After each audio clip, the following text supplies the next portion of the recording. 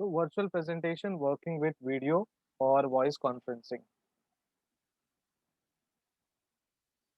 Imagine making a business presentation where your audience is standing behind a wall.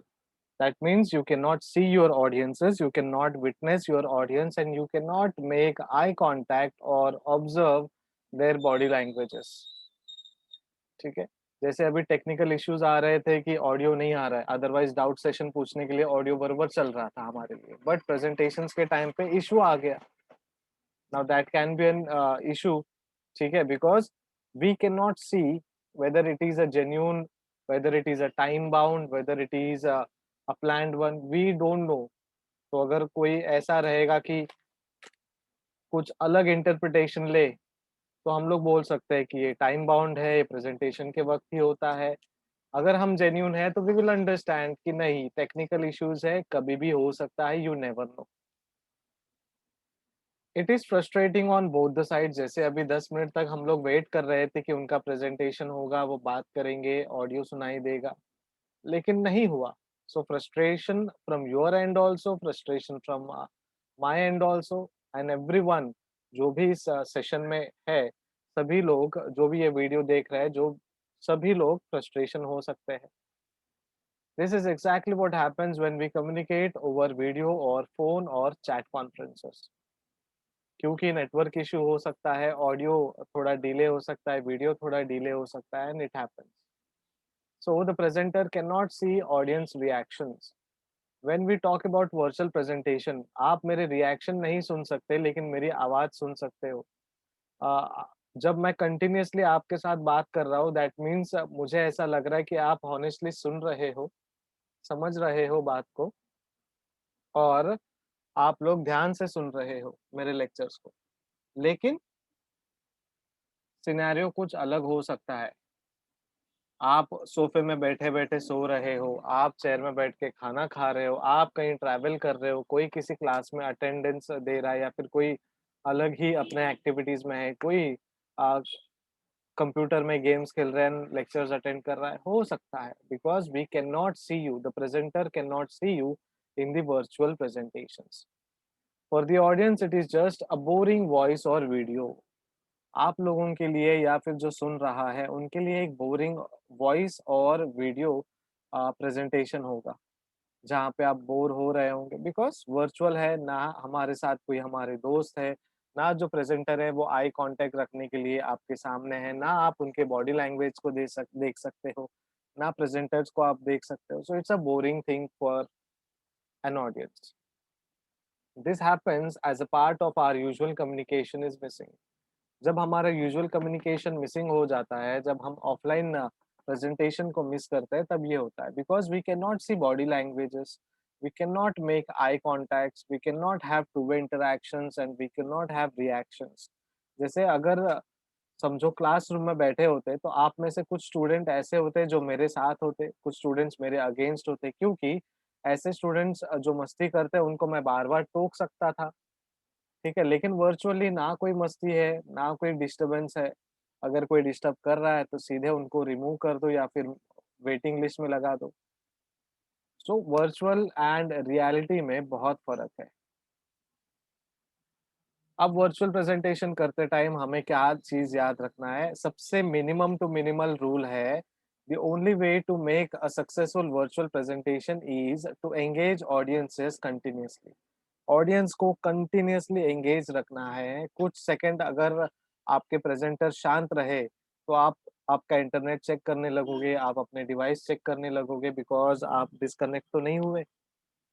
And secondly आपके audience को अगर बार-बार ये करना पड़ा, तो ऑडियंस फ्रस्ट्रेट होने के चांसेस है. तो बेसिकली जितना हो सके उतना कंटिन्यूअस आपको एंगेजमेंट रखना है, वेदर बाय वर्चुअल और बाय ऑडियो. वर्चुअल कैसे स्क्रीन शेयर हो रहा है, जब भी मुझे 2-3 मिनट या फिर कुछ 10-15 सेकंड से ज़्यादा लगता है, तो मैं आपको इन्फॉर्मेशन देता हूँ कि I am trying to share my screen, कुछ टेक्निकल इश्यूज़ है या फिर लेक्चर 5 मिनट में स्टार्ट होगा. ऐसे मैसेजेस आपको आते हैं, ठीक है?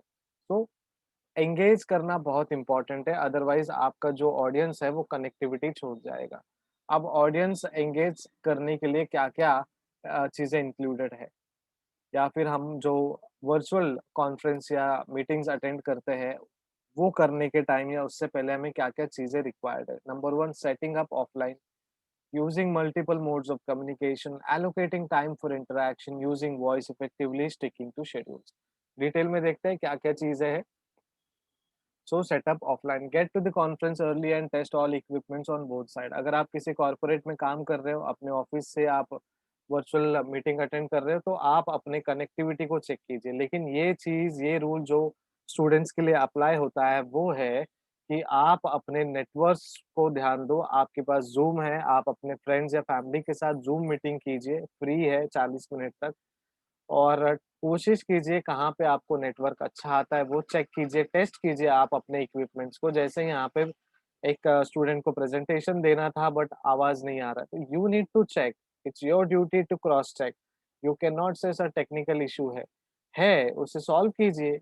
1 बार होगा, 2 बार होगा, 3 बार होगा, ऐसे कितने बार होगा? कभी तो आपको सॉल्यूशन निकालना पड़ेगा ही उसका। राइट? सो सेटअप कीजिए अपने इक्विपमेंट्स को, अपने इंस्ट्रूमेंट्स को ताकि ऑनलाइन जब जाए, तो आपको वो दिक्कत ना हो। Time spent adjusting equipment is very boring for the audiences. जैसे आज हमारे साथ हो रहा था, हम लोग वेट कर रहे थे, स्क्रीन शेयर हो चुका था किसी और की तरफ से, लेकिन हम लोग वेट कर रहे थे कि अब ऑडियो आएगा, अब हमें सुनाई देगा, अब प्रेज़ेंटेशन चालू होगा, लेकिन नहीं हुआ। ये हमारे लिए बहुत बोरिंग है और ऑडियंस को ऐसा लगता है कि यार this presentation is now waste of time. ये जो एक्टिविटी होती है प्रेजेंटेशन की ये हमें कैंसल करनी चाहिए। तो जहाँ पे हम सीखते हैं, जिसकी वजह से हमें कुछ नॉलेज मिलने के चांसेस है, अब वो हमारे लिए बोरिंग हो जाता है, टाइम कंज्यूमिंग हो जाता है और हम लोग को ऐसा लगता है कि इससे अच्छा कि हम मीटिंग जॉइन ही ना करें, best option, right? So sometimes adjusting equipment is very boring and that's why before lectures and before joining the meeting हमें ये सारी चीज़ें एडजस्ट करके रेडी रखनी चाहिए। Mute cell phone and switch off other distractions. कई बार ऐसा होता है कि लेक्चर्स लेते हैं या फिर हम लोग लेक्चर सुनते हैं तो किसी स्टूडेंट का डिवाइस जो है अनम्यूट हो जाता है एंड देन वहाँ से अलग-अलग आवाज़ें आते हैं, किचन की आवाज़ आता है, कोई नाश्ता कर रहा है, कोई नाश्ता बना रहा है, कोई टीवी देख रहा है। कई स्टूडेंट तो ऐसे एकदम मस्त रहते हैं कि वो वीडियो ऑन करते हैं और अपने आप को ही उस वीडियो में देखते हैं कि हाउ एम आई लुकिंग, कोई हेयर स्टाइल ठीक कर रहा है, ये हमारे साथ हो चुका है। पैंडेमिक के शुरुआत में जब हमने लेक्चर्स लेने शुरू किए थे, तो ये शुरुआती दौर में हमारे साथ ऑलरेडी हो चुका है। तो डिस्ट्रैक्शंस प्रेज़ेंटर को भी ध्यान रखना है और जो ऑडियंस है, उनको भी ध्यान रखना है, ठीक है? Use multiple modes of communication, अलग-अलग मोड ऑफ कम्युनिकेशन रखना है। आपको जब प्रेज़ेंटेशंस के लिए टॉपिक दे रहा था, तो मैंने सिर्फ़ ऑडियो ही नहीं, आपको विज़ुअल कम्युनिकेशन के थ्रू दिया। टाइप किया मैंने कुछ चीज़ें, टेक्स्ट टाइप किया आपके लिए और आपको स्क्रीन में टाइप करके बताया क्या-क्या चीज़ है, क्या-क्या पॉइंट है, जिसका आपने स्क्रीनशॉट लिया as an evidence, as an reference, ठीक है? अलग-अलग तरीके से आपको कम्युनिकेशन मेंटेन करना है। Email the presentation ahead of time. A visual slide will add more impact to such a presentation. आप अपने प्रेजेंटेशन खुद को मेल करके रखिए, अपने डिवाइस में सेव करके रखिए, अपने टीम मेंबर्स को से सेंड करके रखिए। जिसने आपको ये असाइनमेंट दिया है, प्रेजेंटेशन बनाने के लिए कहा है, उनको सेंड करके रखिए क्योंकि कई बार ऐसा होता है, कल प्रेजेंटेशन है और आज हमारे मोबाइल में कुछ अपडेट आया है एंड पूरा डेटा उड़ गया। अब डेटा जब उड़ गया तो हम क्या कर सकते हैं? ऑप्शन है, तो उसकी कॉपी अगर आपने मेल में रखी है तो वेरी गुड, मेल में लॉगिन कीजिए एंड कॉपी डाउनलोड कीजिए। किसी फ्रेंड को भेजा है तो वहाँ से आप सेंड आइटम में से डाउनलोड कीजिए या फिर अपने फ्रेंड को कहिए भेजने के लिए। बेसिकली आपके जो डॉक्यूमेंट्स हैं आपको कॉपीज़ रेडी रखने हैं। Now allocate time for interaction, interaction के लिए आपको टाइम रखना है। प्रेज़ेंटेशंस में आधा टाइम देना है, क्वेश्चन्स, पोल्स, ओपिनियंस में आपको आधा टाइम देना है। जैसे हमारे वीडियो लेक्चर्स में होता है कि प्रेजेंटेशन या टॉपिक हम बताते हैं and then at the end 5 से 10 मिनट रखते हैं ताकि आपको कोई डाउट हो तो वो डाउट हम सॉल्व कर सकें। Since people can not see each other, they speak at the same time and the presenter becomes confused. So जब भी हम ऑडियंस बनते हैं या फिर हम प्रेजेंटर बनते हैं तो ध्यान देना है कि कौन कैसे बात करेगा। एंड जब प्रेजेंटर बोल रहे हैं कि yes X Y Z madam आप बात कीजिए, तो आप बात कीजिए।